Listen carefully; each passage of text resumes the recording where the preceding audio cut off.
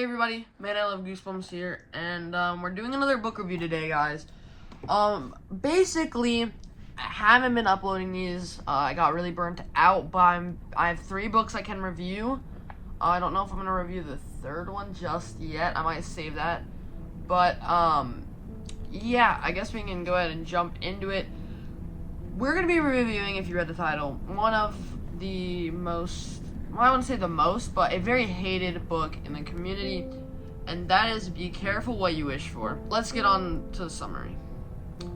So this book follows a girl named Samantha Bird, who basically gets bullied by this girl named Judith, and on her way home, she's pedaling very quickly, and she had the worst day ever. She got like tripped, made fun of, knocked out. She meets this girl named Clarissa.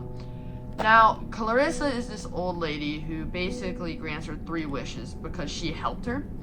And these 3 wishes basically never go right. And, every single time she hates the wish, and the lady's trying to pay back the gratitude.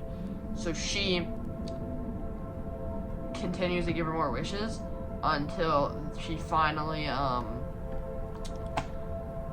wishes for something that makes her happy, but it's part of the twisted thing. But yeah, that's basically the premise of the book.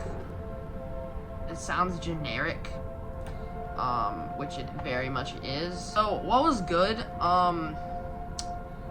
this first scene where she does the crystal ball, I like the like that scene specifically. It was very good. But that's like one of the only scenes I actually liked from this book, which is kind of saying something. But, yeah, that scene I really did enjoy. Also, there's not as many Goosebumps, like, classic tropes that get annoying throughout the series in this book. There's little to none in this entire book, because this monster or villain isn't really one that can jump scare you. It's more of like stuff's happening, but you can't control it all the way, and that's what's scary about this book. But yeah, so I found it like a little bit refreshing that there wasn't as much "you gotta believe me" or like fake outs in this book. There was literally no fake outs in this book, so if you hate fake outs, go ahead and read this book. But the main thing I liked about the book is the atmosphere that this had. It has sort of a rainy day vibe, even though it's based in wintertime. But like, bro, listening to like rain sound, bro, while you're reading this book is peak. That's what made it better to me, and that's why I read it all the way through finally. But this book had a great mood slash atmosphere, I guess, and that was my main thing that I liked, especially that with the first crystal ball scene is just great. But that is all that I thought was good about the book. And there's a lot more that is bad, so I guess we can go ahead and jump into that real quick. This book was bad in a lot of ways. The first one being that it felt very padded throughout the entire book. Basically just adding pages that don't really add anything to the story. Like these last few chapters of the book were literally the same thing, probably repeatedly. I mean, I wouldn't call it filler, but stuff was still happening, but like it was mostly repetitive and just drawn out for a page count. I guess you had to hit a quota or something on this, but that kind of annoyed me.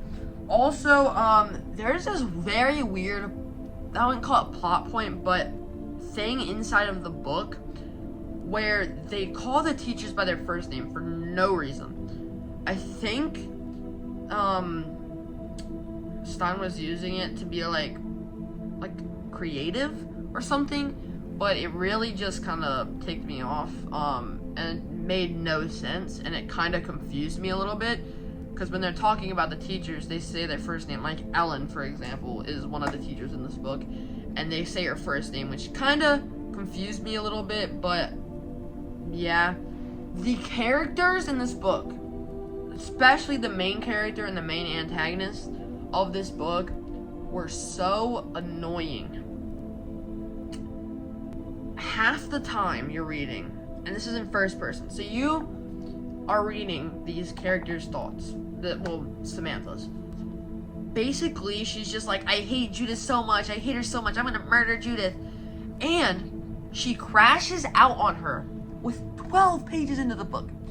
She chokes her out. For no reason.